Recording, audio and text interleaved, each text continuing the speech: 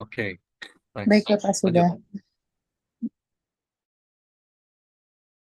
Dari proyek kami berada di Sleman, Yogyakarta. Izinkan saya untuk memperkenalkan anggota kelompok. Yang pertama, saya Anissa Kholiso Nabila. Kemudian saya dibantu dengan teman-teman saya yang lain, Putri Fitria, Gilang Satrio Hindarto, Septian Widyo Nugroho, Sinta Dewi, Putri Fiona, Nadia Nurul Septiana, dan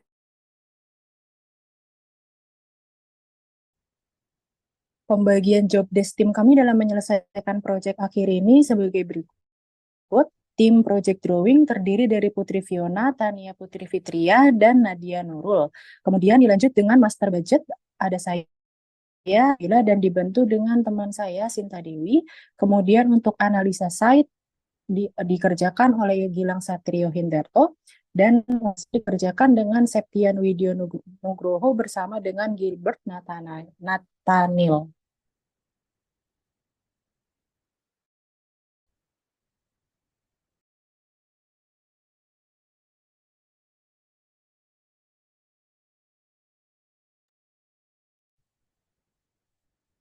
Berikut untuk perencanaan lokasi yang mana kita bagi menjadi beberapa macam poin. Yang pertama adalah analisis lingkungan.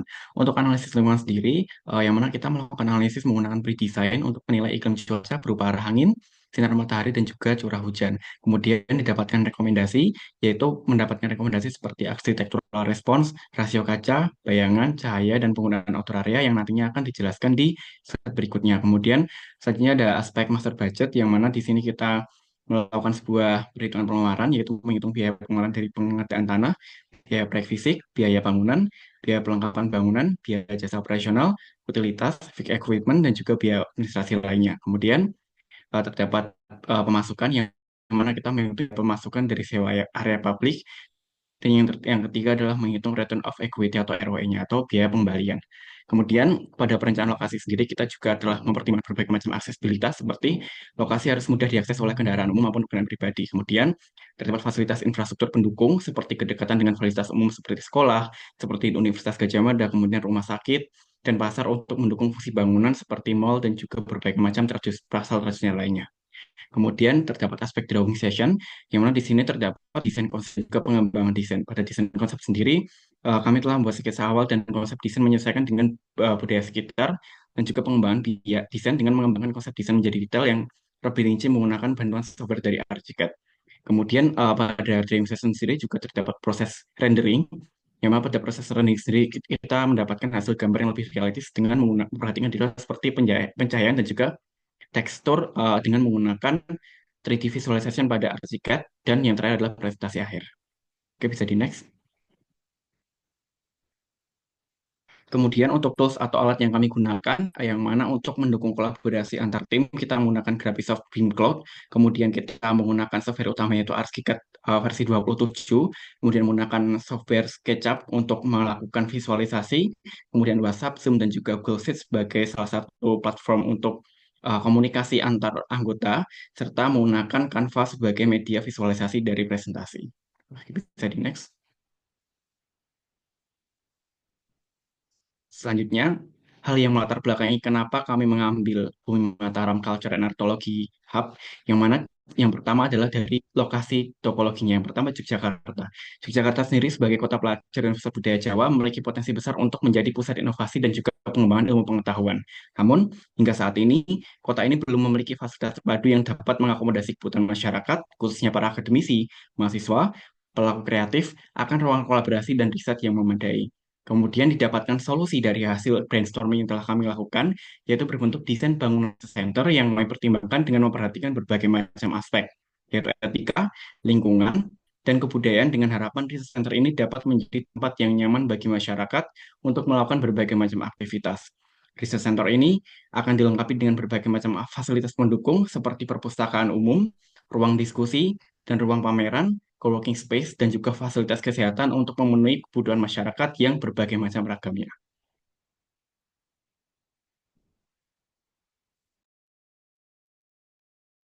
Baik, selanjutnya ada aspek desain, estetika, perencanaan, dan rancangan. Next.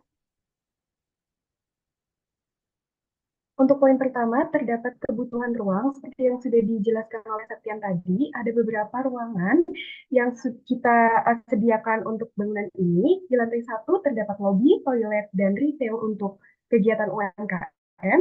Untuk di lantai 2 terdapat healthcare, auditorium, coworking, dan toilet juga. Lantai 3 ada studio tari, studio musik, perpustakaan, dan toilet. Lantai 4 ada studio seni 2 dimensi, studio seni 3 dimensi, ruang pameran, dan toilet.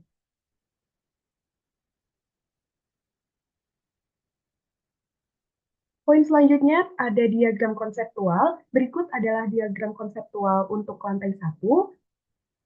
Next.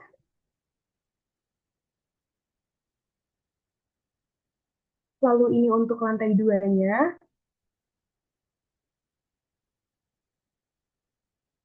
Lalu lantai 3. Dan yang terakhir adalah lantai 4. Selanjutnya ada denah dari masing-masing lantai. Seperti yang ada di slide sebelumnya, terdapat beberapa pembagian ruangan di tiap lantainya. Berikut adalah denah untuk lantai 1. Next.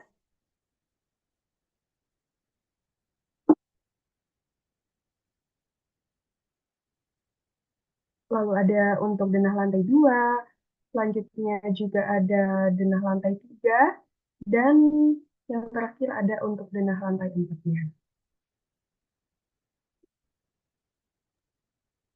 Oke, selanjutnya untuk lokasi proyek. Jadi lokasi proyek ini ada di Jalan KRT Pringgodiningrat nomor 32, Jalan Tridadi, Kecamatan Sleman, Kabupaten Sleman, daerah istimewa Yogyakarta. Yang mana di lokasi tersebut berdekatan dengan Sleman City Hall, yaitu salah satu mall yang ada di Yogyakarta. Selanjutnya ada alun-alun Sleman, ada Jalan Magelang yang menjadi salah satu jalan padat di Yogyakarta, dan juga ada fasilitas pendidikan. Selanjutnya, untuk analisis tapak dari sirkulasi, lokasi ini berada di kota yang ada di samping jalan raya, yaitu jalan yang strategis. Hal ini sangat menguntungkan karena area gedung jadi sangat terlihat dan aksesnya sangat mudah. Yang kedua, untuk orientasi mataharinya sendiri, matahari pagi berada di sisi barat side. Pemanfaatan diaplikasikan pada bangunan dengan memberikan bukaan seperti material kaca sehingga dapat mengurangi cahaya buatan. Selanjutnya untuk kebisingan dari aktivitas manusia dan kendaraan sekitar jalan raya. Solusi untuk mengurangi kebisingan dengan memperbanyak ruang terbuka yang berisi tanaman atau hijau-hijauan. Selanjutnya untuk view sendiri, view dari utara memperlihatkan sisi yang depan side yang berhadapan dengan jalan yang ada di dekatnya. Ada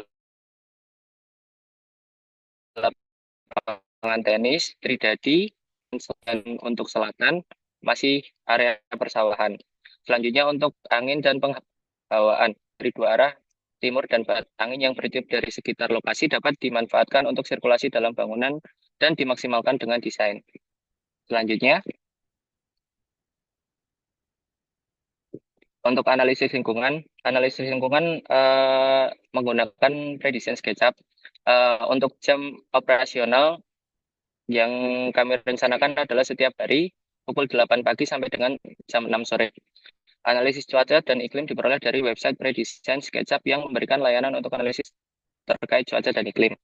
Selanjutnya, berdasarkan hasil pre-design yang dari Januari hingga Desember, pukul 6 pagi cenderung ditandai dengan warna biru, yang menunjukkan minimnya sinar matahari pada waktu tersebut. Sementara itu, pada siang hingga sore hari, warna merah mendominasi, yang dan mengindikasikan intensitas sinar matahari yang cukup tinggi dan berpotensi berbahaya.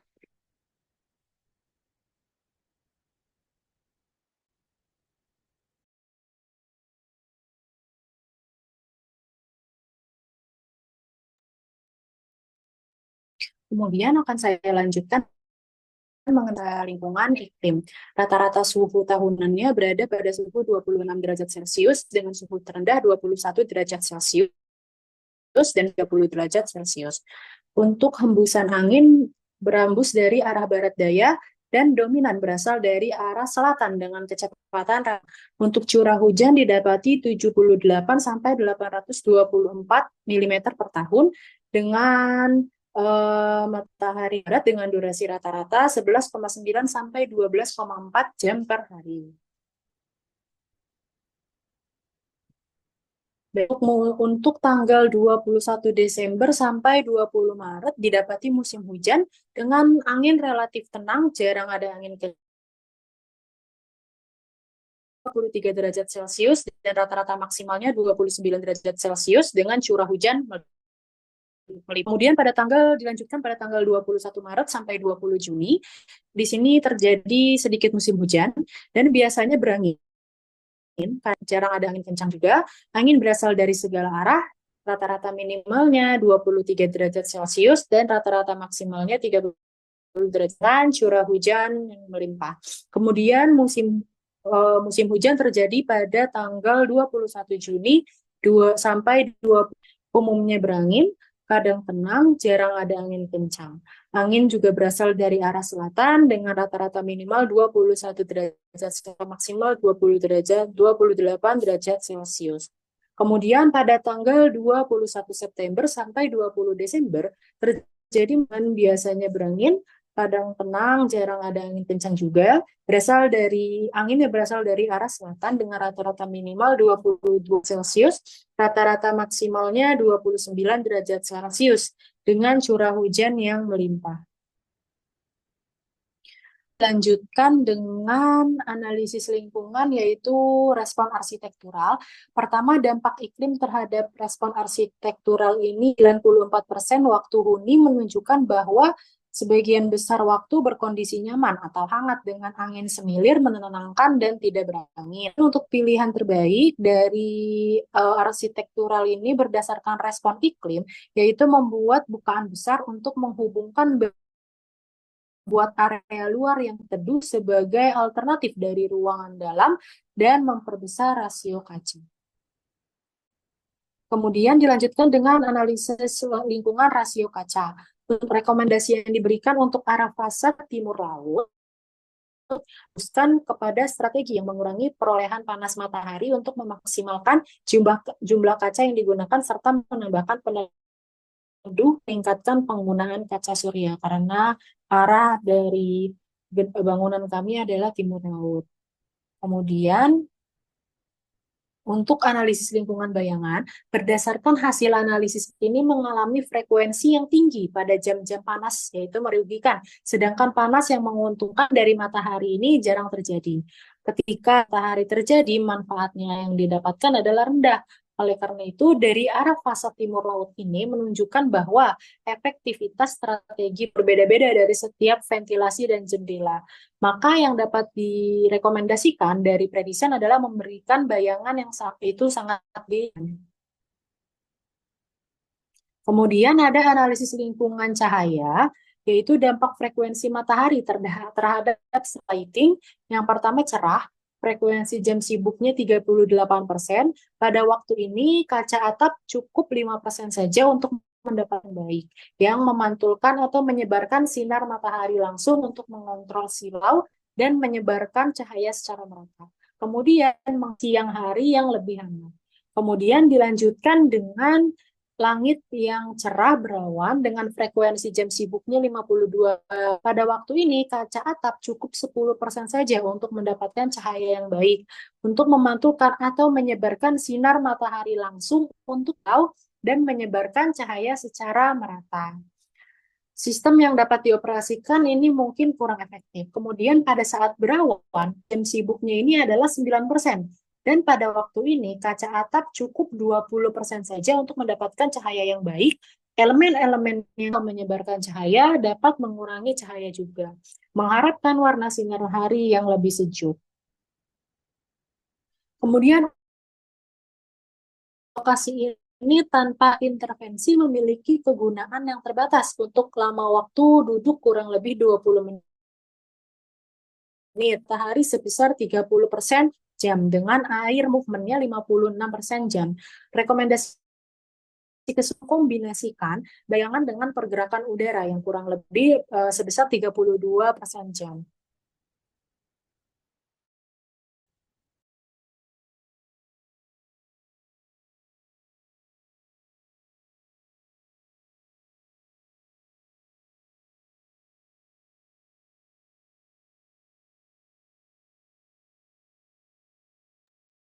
Silakan bisa oleh Gilbert. Lalu selanjutnya ada aspek respon dari sosial ekonomi dan budaya. Yang pertama itu aspek sosial, di mana partisipasi masyarakat dalam perencanaan dan pembangunan ini cukup baik. Lalu yang kedua ada dampak positif berupa akses ke fasilitas publik, namun adanya potensi konflik akibat perubahan lingkungan sosial. Adapun solusi yang ditawarkan adalah sosialisasi yang transparan dan mengakomodasi kebutuhan lokal. Lalu yang selanjutnya ada aspek ekonomi, di mana responnya adalah membuka peluang kerja dan meningkatkan aktivitas ekonomi sekitar. Lalu untuk potensi kenaikan harga lahan dan tantangan bagi usaha kecil. Adapun solusi yang ditawarkan adalah pemberdayaan masyarakat lokal dan dukungan bagi UMKM. Lalu yang terakhir ada aspek budaya, di mana elemen budaya lokal perlu diintegrasikan dalam desain gedung. Lalu selanjutnya ada perubahan tata ruang dapat mempengaruhi kebiasaan masyarakat, di mana solusi yang ditawarkan adalah kita harus melibatkan tokoh masyarakat dan memberikan adaptasi desain dengan budaya lokal.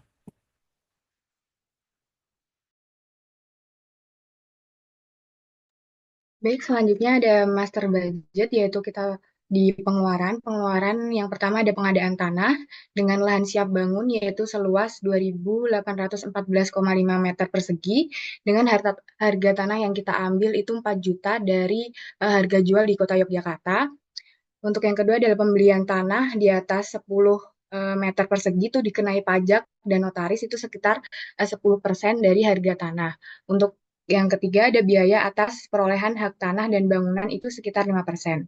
Untuk total pengadaan tanah sendiri ada 12,9 miliar.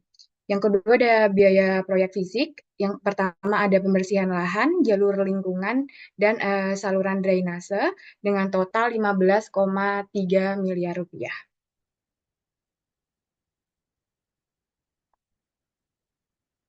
Untuk pengeluaran yang selanjutnya yaitu harga dasar berdasarkan koefisien jumlah lantai. Kita ada 4 lantai yaitu koefisiennya 1,135 dengan harga dasar sebesar 3 juta sehingga memperoleh nilai 3 juta 3,4 juta. Untuk biaya bangunan sendiri ada ground floor itu dengan luas 2.814,5 dan lantai 1, 2, 3, dan 4-nya juga sama, sehingga biaya bangunan sendiri memperoleh harga 53,4 miliar rupiah.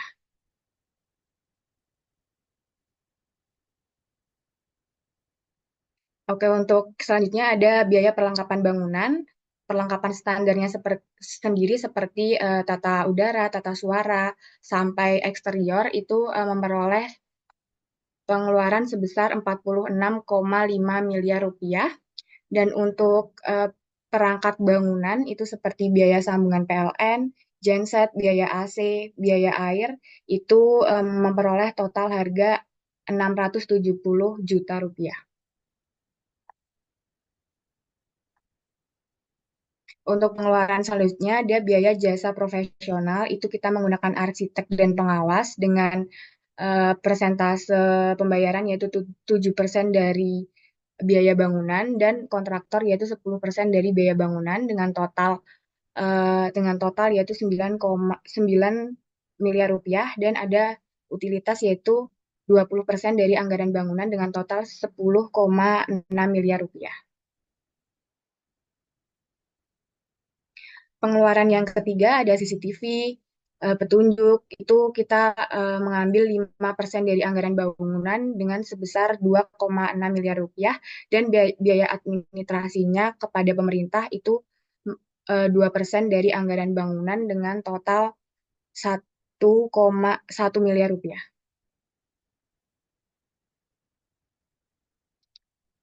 Untuk pengeluaran yang selanjutnya, ini untuk pengeluaran total yaitu sebesar 105,9 miliar rupiah.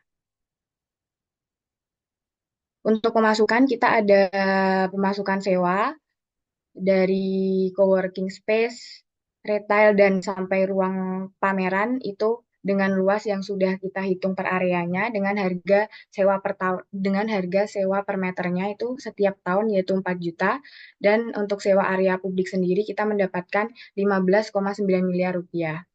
Untuk biaya tetapnya sendiri yang pertama ada biaya melekat itu seperti biaya listrik, biaya air, dan kerusakan bangunan kita mengambil 10% dari pendapatan dan yang kedua yaitu biaya tidak melekat seperti gaji karyawan, biaya promosi, dan biaya asuransi bangunan itu juga kita ambil 10% dari pendapatan. Dan yang ketiga ada pajak bangunan sekitar 5%. Jadi untuk biaya tetap sendiri dengan total 3,9 miliar rupiah.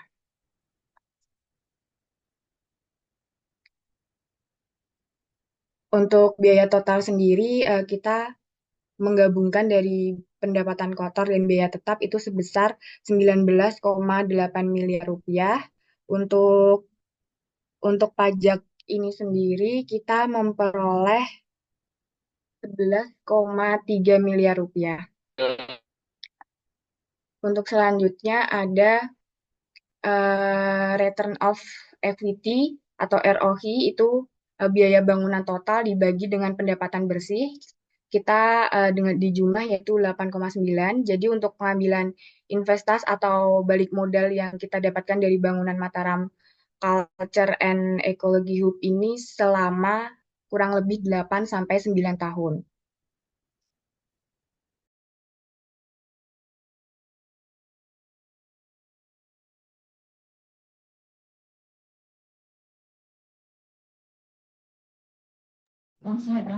Baik, selanjutnya itu menjelaskan project drawing itu atau bagian dari menunjukkan desain. Nah, berikut rencana tapak atau side plan-nya dari gambar kami. Next.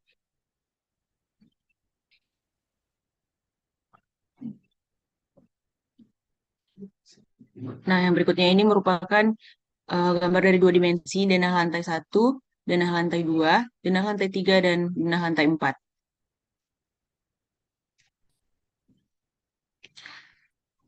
Nah, di sini bisa dilihat potongan AA, kemudian eh, potongan BB dari gambar kami.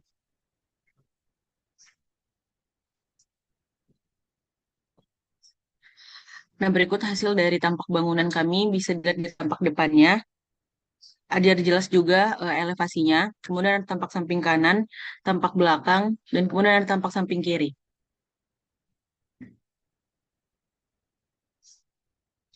Ini hasil perspektif ruangannya. Jika dilihat dari luar, bisa dilihat di sebelah sisi kiri, kemudian untuk pada bagian dalamnya bisa dilihat pada bagian kanan.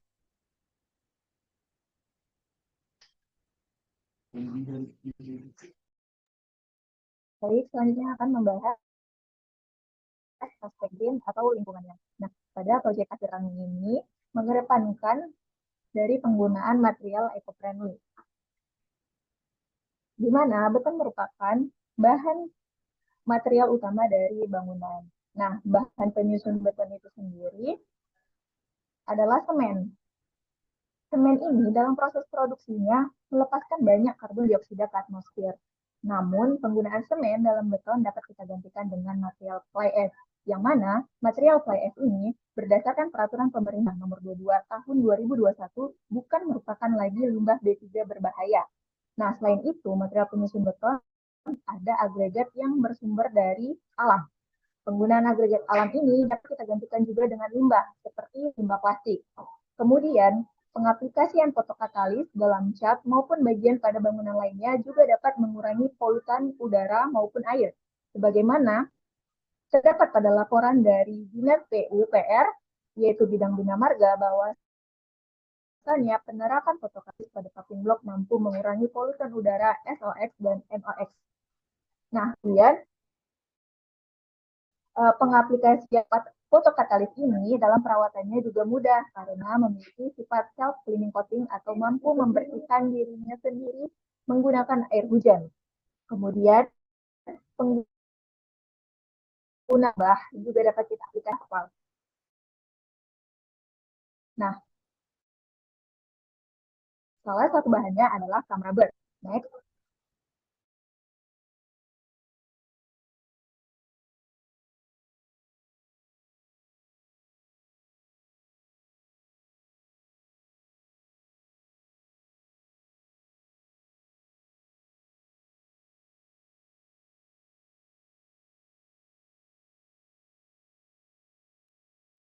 Baik, cukup sekian presentasi dari kami, Bapak. bisa dipersilahkan jika ada pertanyaan. Oke, mungkin yang ini kan presentasinya ini lebih cenderung ke bangunannya aja ya. Padahal waktu presentasi eh, yang proposal itu kan juga sampai ke area luar ya. Saya belum melihat plot plan-nya karena tadi kan terintegrasi kalau nggak salah waktu di proposal itu nanti akan ada bangunan ini kan serbaguna, bangunan serbaguna yang bisa digunakan untuk bangunan indoor juga gitu kan, karena akan ada berfungsi untuk multifungsi lah gitu kan. Tapi ini belum.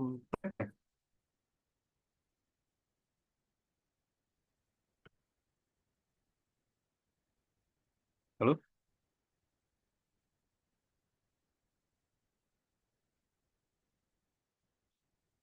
Suara saya kedengeran? Apakah suara saya kedengeran? Terdengar, Pak. Sebelumnya mungkin Kenapa? terdengar, Pak. Ya. Izin menjawab Bagaimana? sebelumnya mungkin di proposal kita rencananya akan membuat bagian outdoor-nya juga, tetapi setelah mencoba untuk mendesainnya malah lebih Hmm. fokus ke bagian dalamnya saja, Pak. Jadi bagian indoor. Jadi kita terdapat perubahan konsep, Pak. Seperti itu. Oh gitu. Oke. Oh itu berarti artinya ruangan ini kita fokusnya pada si bangunan ya. Gitu. Oke. Terus balik lagi ke coba lihat apa namanya budget.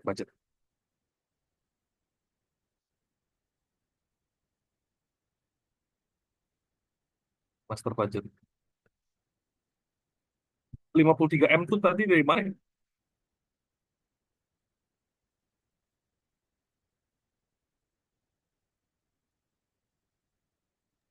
Maaf, Ah, 53. Oke. Oke, baik. Tadi ini ya. Jadi asumsinya harga per meter perseginya 3,79 juta ya per meter perseginya kiraannya. Ini eh, analisisnya dari mana ya?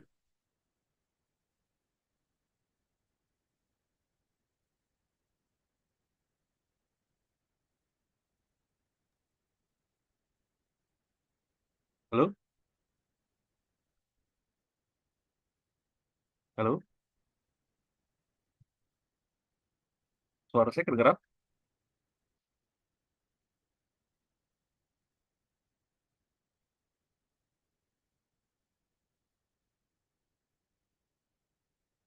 Halo?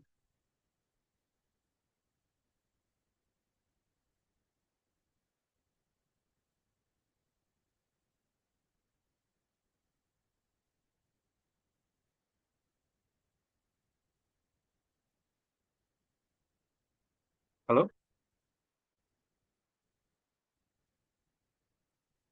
Halo? Suara saya kedengeran nggak? halo Pak. Baik, Ah, putus ya jawab suara saya. untuk sedikit Pak. Untuk harga dari ini ground floor lantai 4 ini kami memperkirakan Pak cukup mencari di internet juga untuk harga. Oke, 379 itu kan bangunan. Nah, jadi rata-rata ini gambaran aja ya.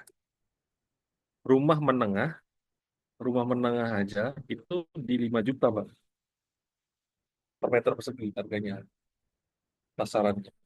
Dan rumah menengah. Apalagi itu kan bangunan strukturnya struktur serius ya. Struktur serius sih harusnya dia jadi lebih mahal ya, jauh lebih mahal.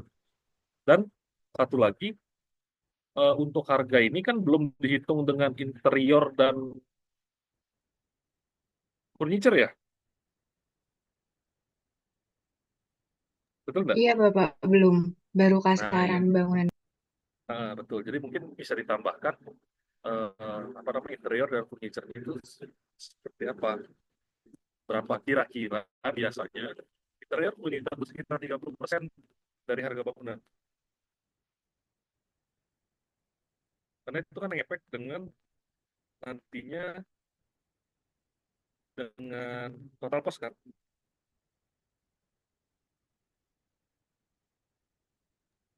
Itu. Iya, Pak, suaranya kurang jelas, Pak. Oke, bentar ya. Saya tukar headset dulu.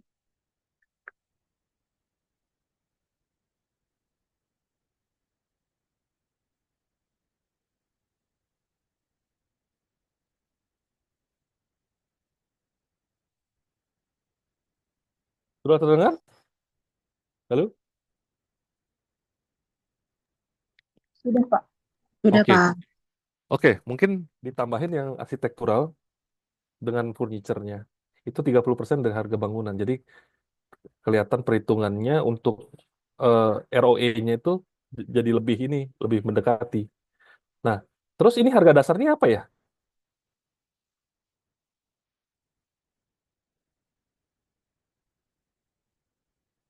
Maaf, Pak, boleh izin untuk meminta waktu biar kami buka spreadsheet perhitungan. Boleh, boleh, silakan.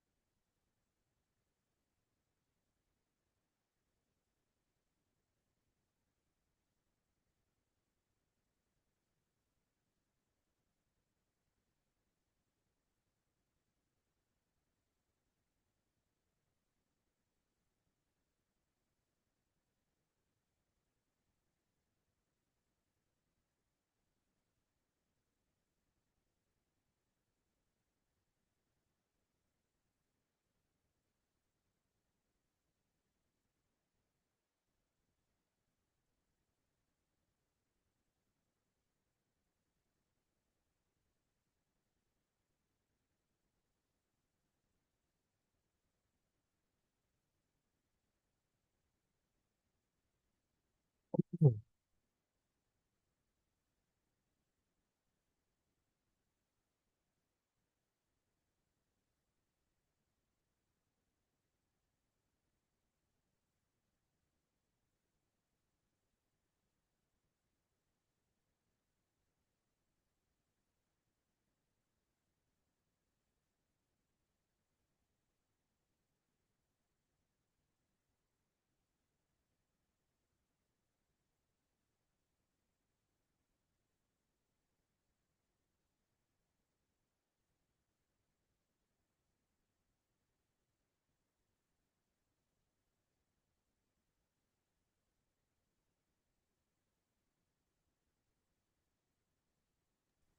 Baik, Pak, izin menjawab untuk harga dari 3 juta itu kami masih mengambil dari sebetulnya masih mengambil dari contoh referensi yang Bapak berikan untuk harga dasar ini 3 juta. Hmm. Jadi masih belum kami ganti sebetulnya, Pak, masih mengikuti contoh. Oh, jadi 379 itu tuh dapat dari koefisien itu ya? Betul. Eh, Oke. Koefisien jumlah lantainya dapat kami cari dari sumbernya dari internet. Bangunan 4 Hmm. lantai kan didapatkan 1,135. Kami masukkan Hmm. di sini. Cuma yang sama dari contoh itu kami masukkan Hmm. 5 juta. Oke. Oke. Untuk biaya perlengkapan bangunan coba lihat fondasi ya. Fondasi itu dipisah ya.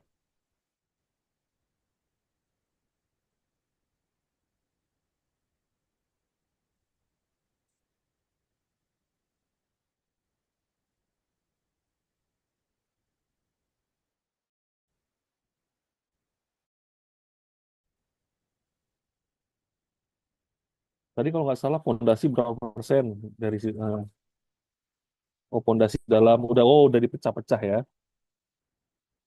Oke.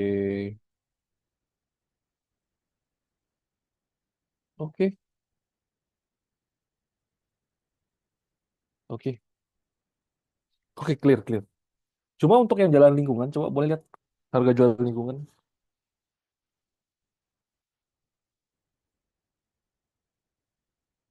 Yang jalan lingkungan itu kok kayaknya mahal banget ya.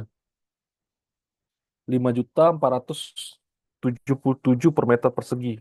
Itu kayaknya kemahalan sih, Pak. Coba dihitung lagi tuh. Cuma jalan lingkungannya 15 miliar. Terlalu mahal itu. Baik, Mm. Dan rencananya jalan lingkungannya mau pakai apa?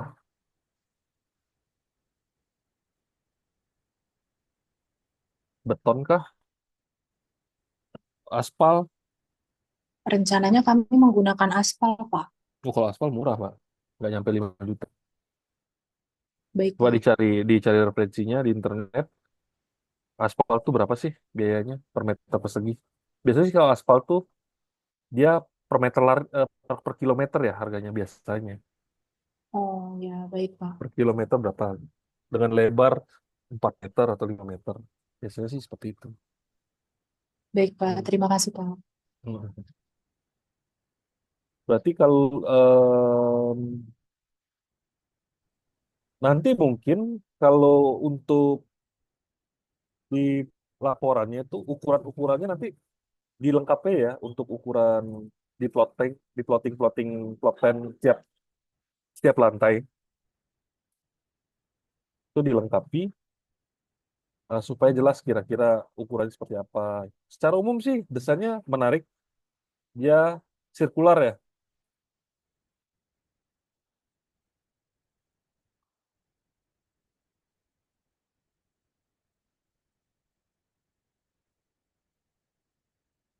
dia sirkular. Kayak istana presiden ya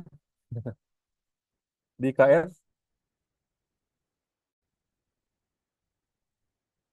Oh.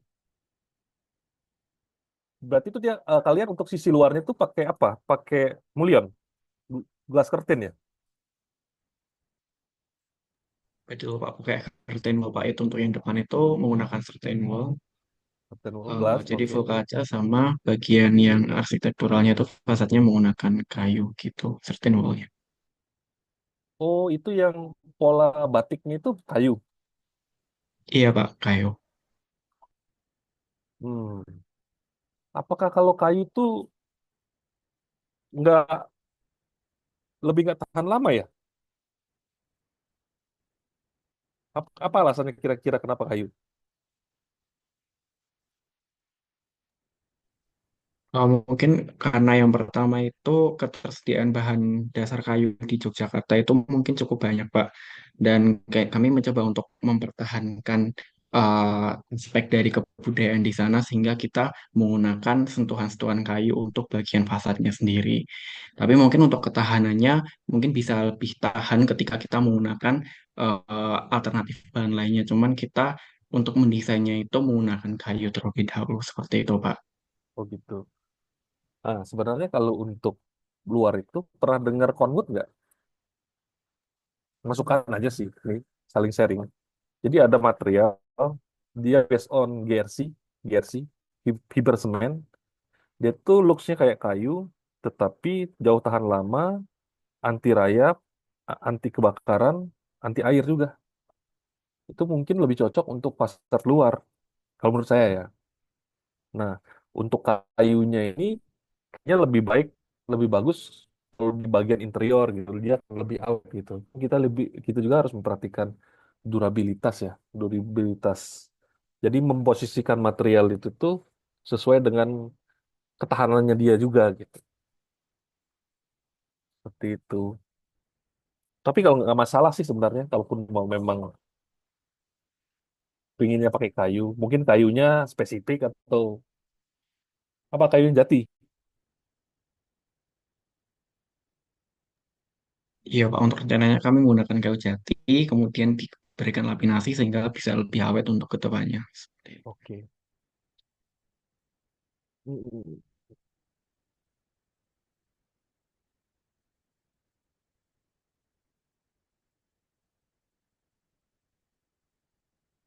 Oke, paling itu aja sih dari saya. Cukup menarik sih desainnya. Saya lumayan suka ini. Tapi kayak saya pernah ngeliat gitu, ini desain. Entah di mana gitu. Saya pernah ngeliat. Jadi Pak, untuk bangunan ini sendiri, ide awalnya itu terinspirasi ada salah satu bangunan di Vietnam Pak. Namun bangunan di sana itu bentuknya untuk sirkularnya itu menaik ke atas gitu, Pak. Sedangkan kami di sini membuatnya datar Pak, dari bawah hingga atas. Oh, fasadnya flat ya. Oke. Itu yang di bagian, sorry. Ini bagian ini apa ya? Cuma taman doang. Yang bagian mana, Pak? Mohon maaf. Itu yang saya buletin. Ini. Eh, yang beton ada namanya itu ya, Pak? Atau yang bagian mana? Iya, ya. Ini kan namanya nih ya. Iya, Pak. Nah, itu apa di belakangnya itu? Kan ini ada lingkaran kecil kan. Itu semacam taman outdoor gitu, Pak. Oh, Semacam tempat penghijauan gitu. oh, saya kira amphitheater. Cakep juga nih kalau dibikin amphitheater di situ. Oke, oke. Oke, sip. Paling catatan saya itu aja yang tadi dilengkapi gambar-gambarnya nanti terus yang tadi catatan yang untuk apa namanya master budget dan lain-lain itu dilengkapi nanti submit ke saya kapan kira-kira bisa.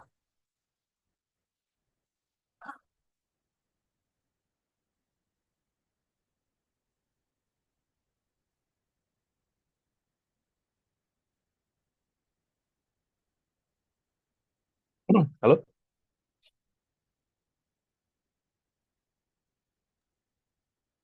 Mungkin minggu depan, Pak. Oke, minggu depan. Oh, satu lagi. Ini belum ada dana struktur ya.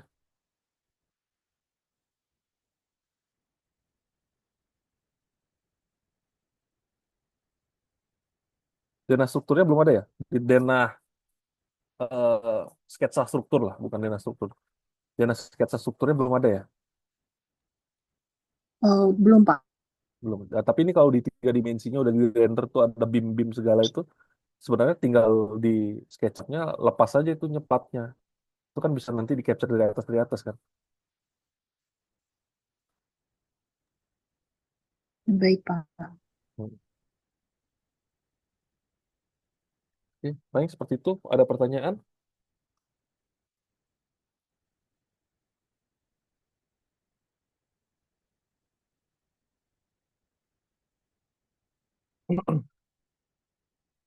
Ini lengkap ya yang datang ya, 10 orang.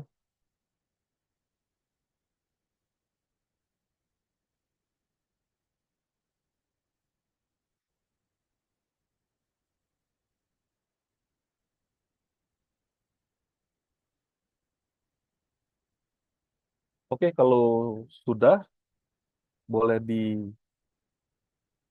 apa namanya print screen untuk bukti.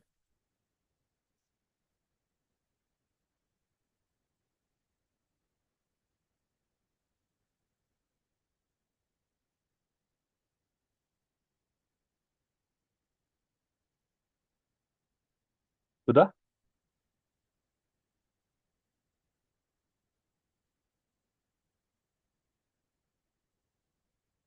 Oke.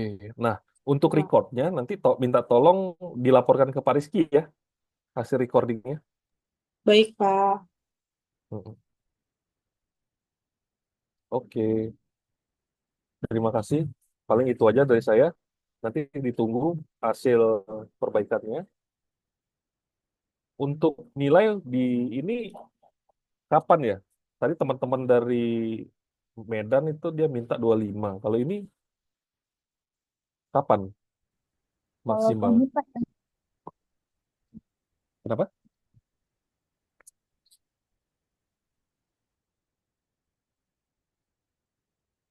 Bagaimana? Kalau yang dari USU maksimal tanggal 28, Pak. Oh, dari USU 28 ya. Oke. Kalau dari UGM, kapan?